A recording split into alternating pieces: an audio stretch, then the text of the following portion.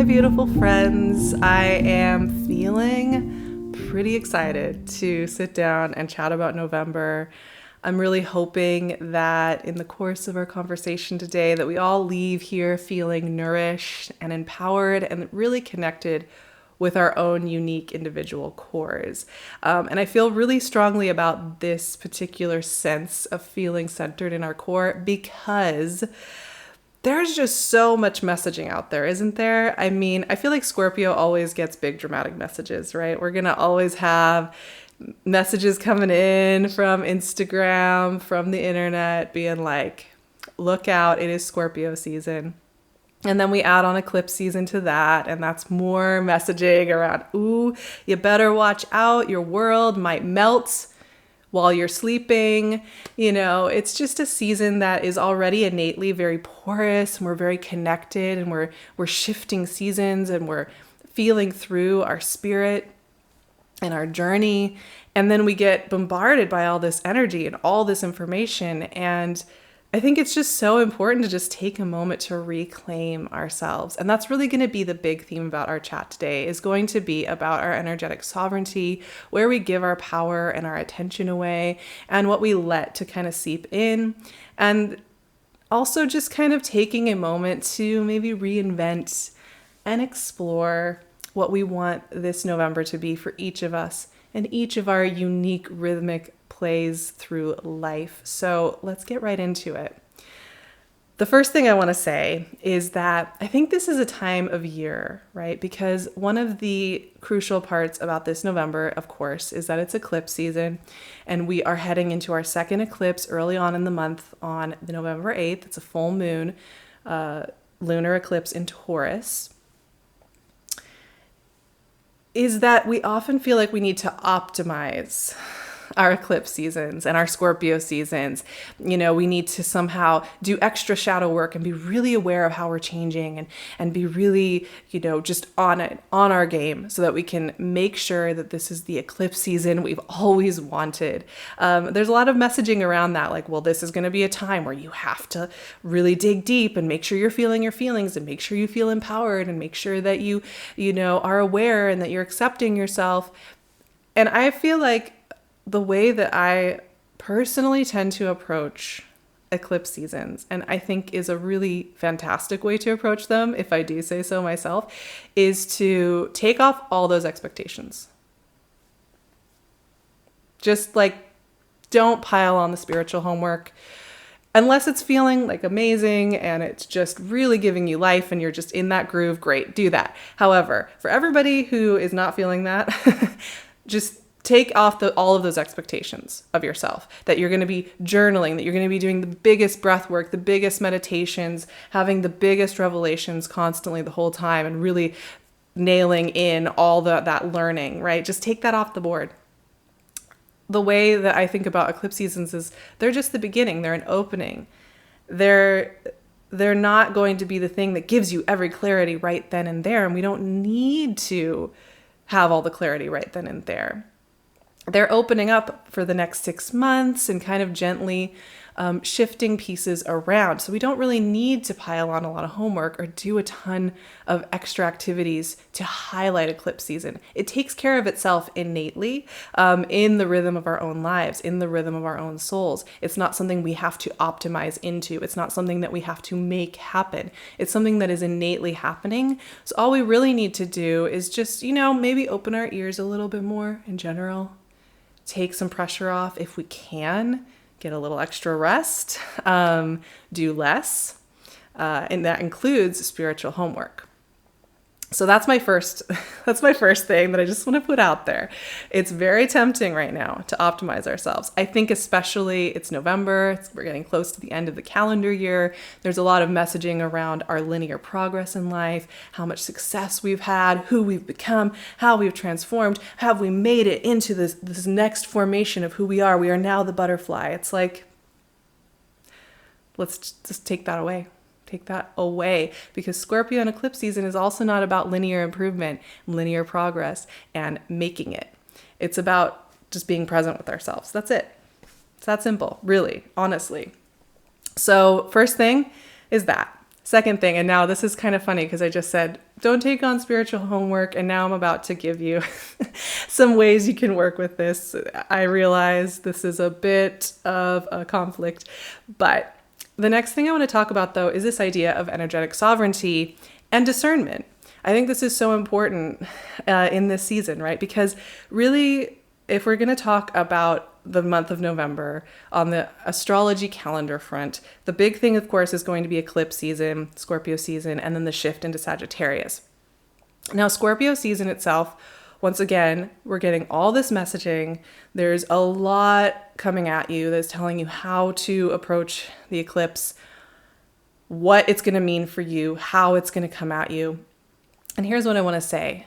We don't ever have to give our power away and our sense of empowerment and our sense of safety in ourselves away to those messages and those voices. This is a really fantastic month, November in general, to take breaks from all that and get really specific about what you actually want to have in your field. What you're reading, what you're listening to, all of that. This is a really wonderful time to notice what's bringing you joy in your body and what's creating that kind of ball of tension in your core, where it's like you respect that person or you respect that idea, or you might even enjoy that kind of art, but for some reason it's causing tension inside of you. It just doesn't feel quite right at this time. This is a really great time to just notice and honor that and give yourself a break. On the practical level, this is a great season to take more breaks from social media if you can, as always, but because it's such a porous, open season, because we're feeling through so many energies, this is a really great time to feel that you are safe within your own energy field, your own your own energy field. With that in mind, I think this is also a really beautiful season to think about how quickly, we'll often let our power go. We'll give it over to other things. And just taking a moment to call that back to ourselves, call that back to our center and our core. Finally, I just want to talk about something that I think is a kind of a big topic, but also really intriguing and very interesting, and something I've been working with a lot over the last several weeks. And that is also discernment about what is ours in our internal family systems, right? That's the way I would think of it. The way that the things we grapple with our own soul's progression, with our own healing of trauma, with our own triggers and tender points, right? Of course, we're going to have that. Those are things that we will be facing into on our own journeys. And then discerning between that and collective energy. Discerning between what is inside of us and what's something that's a visitor or is a wave of energy that's moving through that we are feeling. Also visitors, energies that we don't really want in our energy field. And this isn't to make anybody feel scared or paranoid about energy beings being in our field that we don't want in it. But this is a really beautiful time in general to set a clear boundary and you can just say it out loud. It doesn't even take very much time or effort to just be like, I disinvite any information that's trying to mess with me, trying to feed on my energy, trying to mess with what I'm doing in my life. You are disinvited. You are not welcome in my energy field. I discern that you are not a part of my own progress in life, and therefore you cannot come in. This is such a powerful practice, and one I think we forget to do because our culture doesn't validate that there's so much going on in the energy field. I mean, really. And so there's no nice moment to just say, hey, you're allowed to just disinvite what you do not want in. You are allowed to say, no, you do not get my power and attention. No, you do not get to tell this story for me. And therefore you are uninvited, right? I had a dream last week that was so powerful. I have just not been able to forget about it. And I really feel like something happened in this dream space. And I'm sure other of you have had dreams like this, but it really reminded me of that movie, Dr. Sleep, for anybody who has seen that. It's a really good movie if you like kind of horror, very artistic. I think Mike Flanagan directed it too, so if you like the Mike Flanagan work. But it's about people with sensitivities and protection. Regardless, that was a rant. In this dream, I had somewhat mischievous spirit that was trying to kind of mess with me. And in the dream, I was going to listen to what this spirit wanted me to do. And during the dream, I remembered that I had this power and this ability to say no. And I like sat up and I compelled this spirit to leave me alone. I compelled it to get back from me, and I blasted that spirit so far away. And the rest of that dream, no other energy beings, because I was in like a spooky hotel, even looked at me.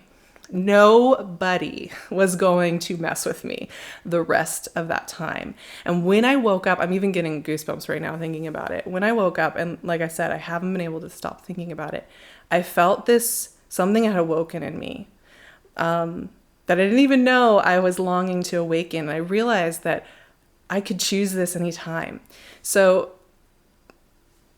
I'm just putting it out there. This is a great time to just feel really clear and feel really empowered by what's allowed to mess with you and what's allowed to take your power. And once again, I'm not here to say we need to be paranoid and scared of the world and there's all this malicious energy out there trying to get us. It's just a really nice practice. And I know so many traditions in the world acknowledge this and speak of this and have work and do work with this. I'm definitely not the only one, but it is a theme for November and one that I think is really fun to explore, especially if you are somebody like me who is a people pleaser and is very willing to give my energy out to the world and give my attention and my power out. This is a really great time to take care of yourself, call it back, and make some clear boundaries. It feels amazing. It's so empowering. And I think it can also help us to actually hear what we need to hear in our systems for whatever is coming through during Scorpio season for each of us, right? It takes out some of the noise that we have discerned is not ours to deal with. Okay, final note for this November. There's not a lot of like meetings and things like that other than the eclipses going on this month. But one thing that's really interesting that happens in the rhythm of the month with astrology is that we move through that full moon lunar eclipse in Taurus. We move through Scorpio season. And then starting in the middle of the month, energy is just going to fly into Sagittarius. Venus on the 15th, Mercury on the 17th, the sun on the 22nd. And then we're going to close eclipse season with a good old new moon in Sagittarius.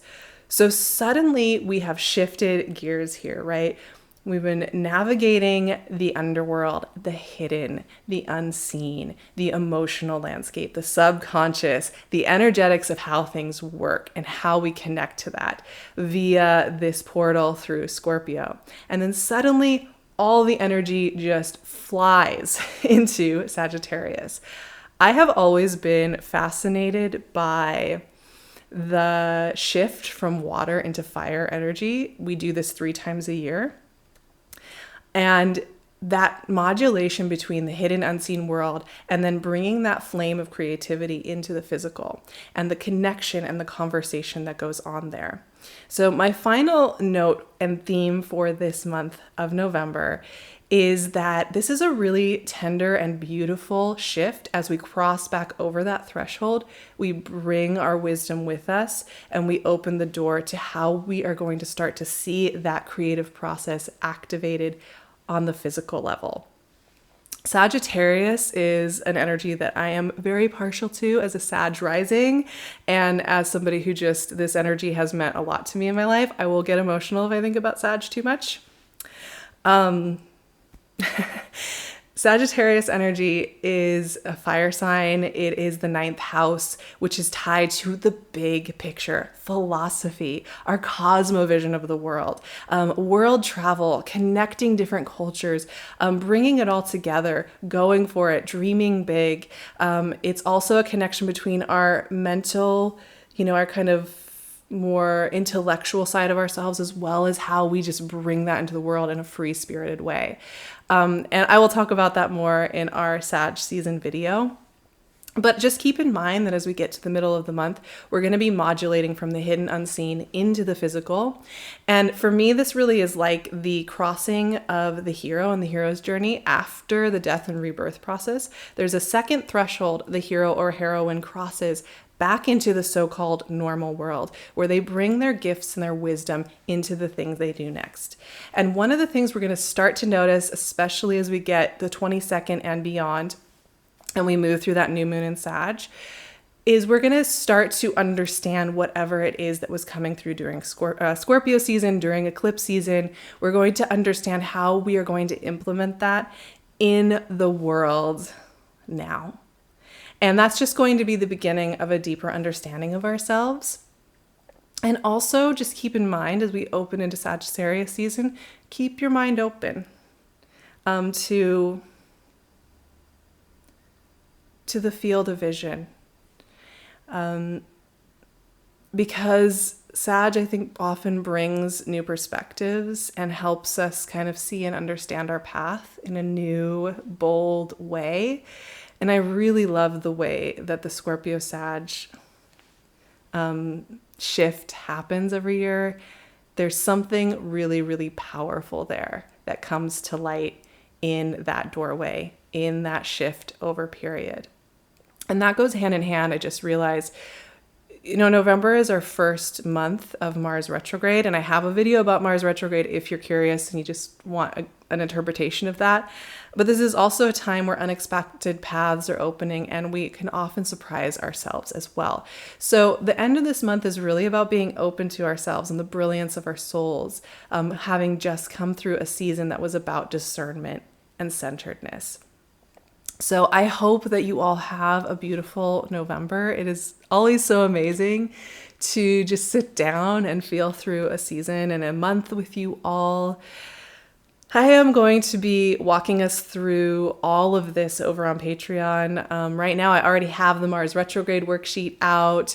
We're doing a live call, a couple of different live calls, one for the Taurus lunar eclipse and one for our shift into Sagittarius season this month in November on the upper tier. And I also do weekly chats. It's a really, really awesome space and it helps me do this beautiful work here.